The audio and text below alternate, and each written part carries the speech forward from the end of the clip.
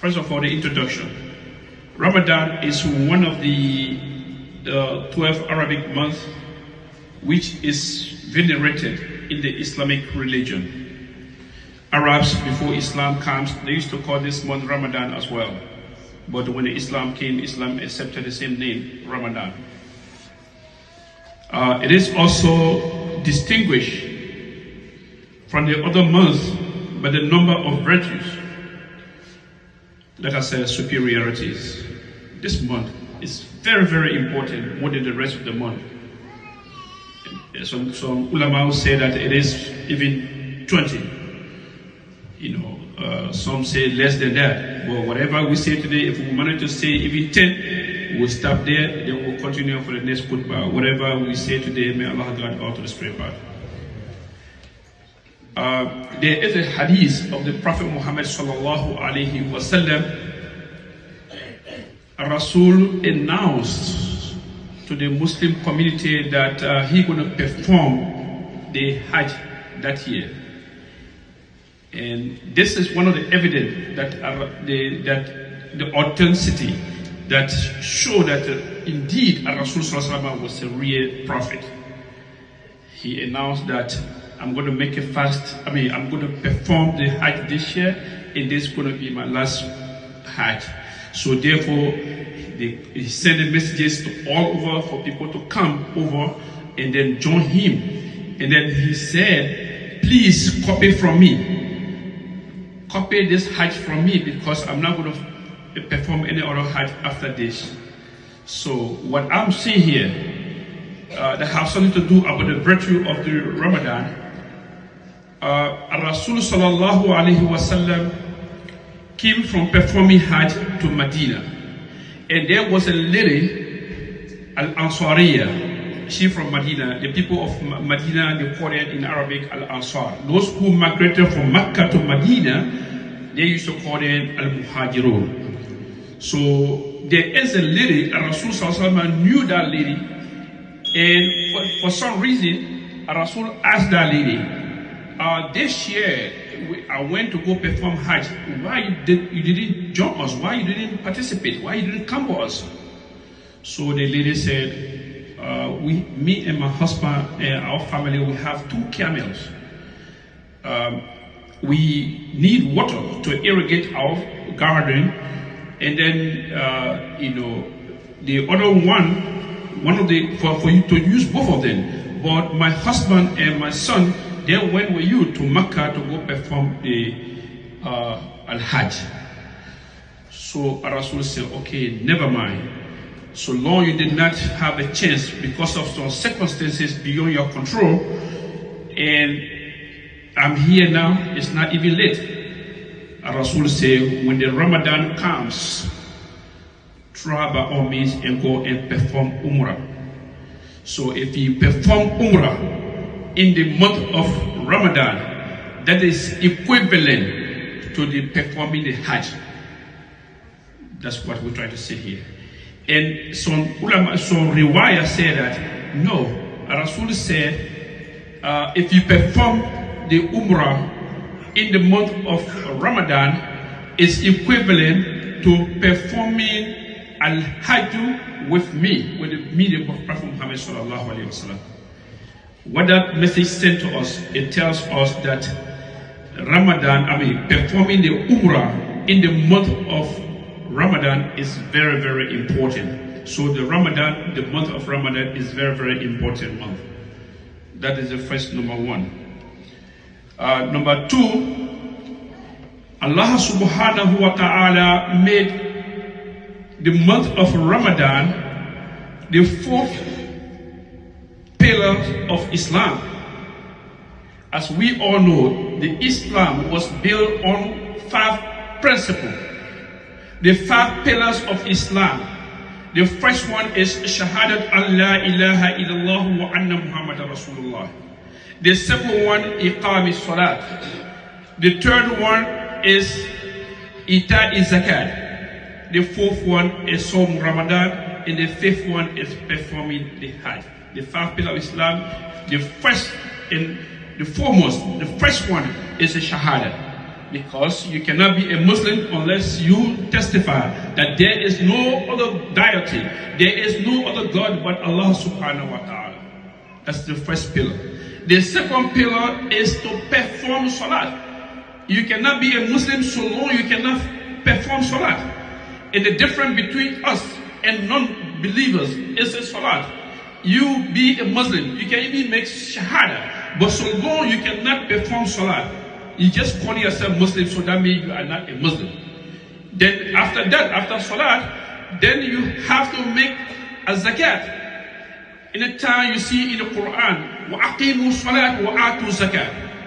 All over the Quran, perform salat and then make zakat. Zakat is not obligatory on people that don't have. If you poor, you don't have any money, that is not obligatory on you.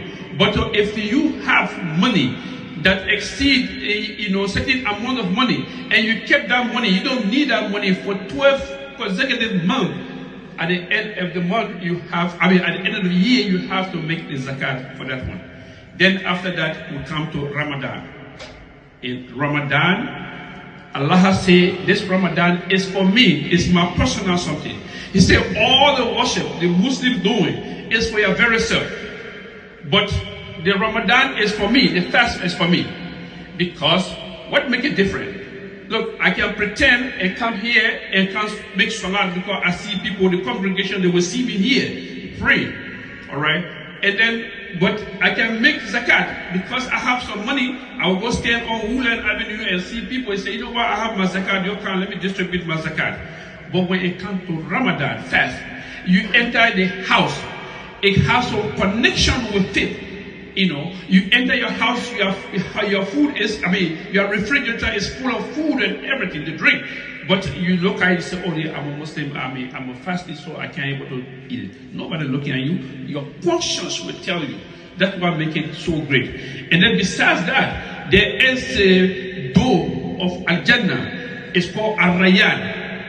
Ar-Rayyan is one of the doors that permit people to enter Jannah. That particular door, nobody, no Muslim, no other person is allowed to enter through that door unless you are someone who performs a fast. So that makes the fast very, very important. What I'm trying to say here in the number 2 is that the month of Ramadan is the 4 pillars of Islam. That's the second one. The third one, Allah subhanahu wa ta'ala revealed Al-Quran in the month of Ramadan. So that makes Ramadan, the month of Ramadan, very significant. This holy month that Allah revealed to mankind, to guide us, to tell us this is wrong, this is haram, this is halal, this you're supposed to do this, you're not supposed to do this. That particular Quran, Allah revealed that in this month. Someone may wonder, but as far as we are concerned, Allah did not reveal the Quran one time. The answer is, Allah revealed Al-Quran from Allah al-Mahfuz to Sama'ud Dunya. Then when the incidents happen, then Allah will reveal, because Allah already subhanahu wa ta'ala, He knows already what's going to happen. So when something happen, any event happen, so Allah will say the ayah through Jibreel to the Prophet Muhammad sallallahu alaihi wasallam until when everything was completed.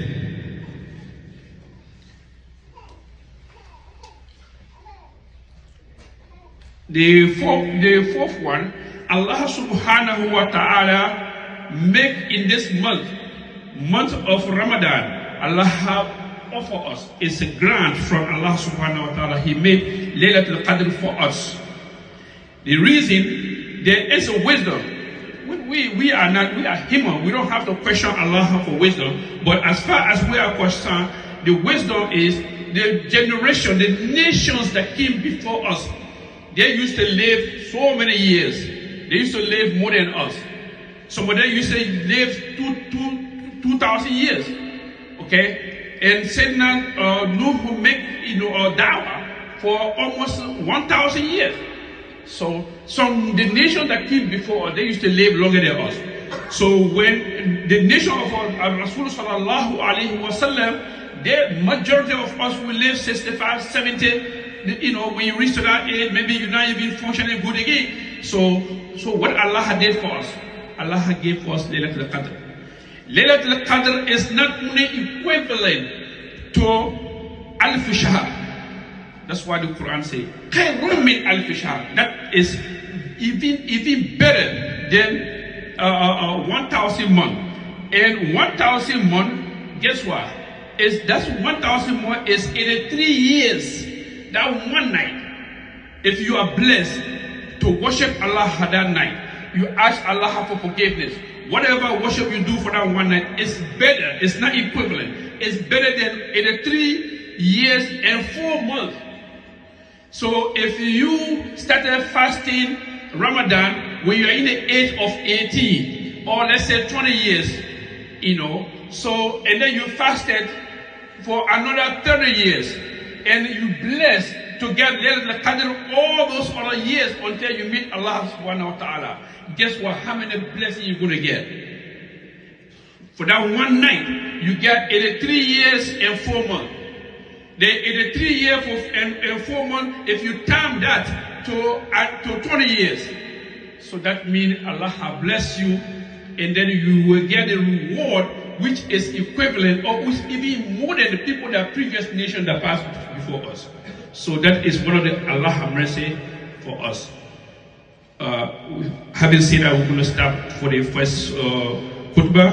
Barakallahu li wa lakum fil Quran al-Kareem wa sunnat nabiyhi al-mutahhara wa ja'alani wa iyyakum mimman yastami'una al-qawla fayattabi'una ahsana.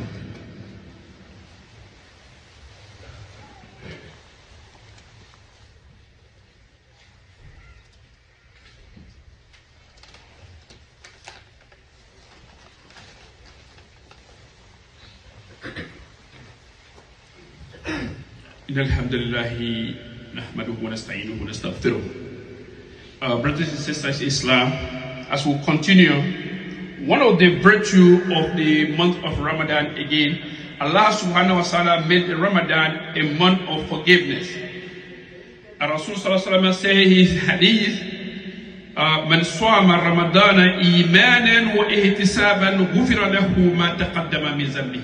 This one in the previous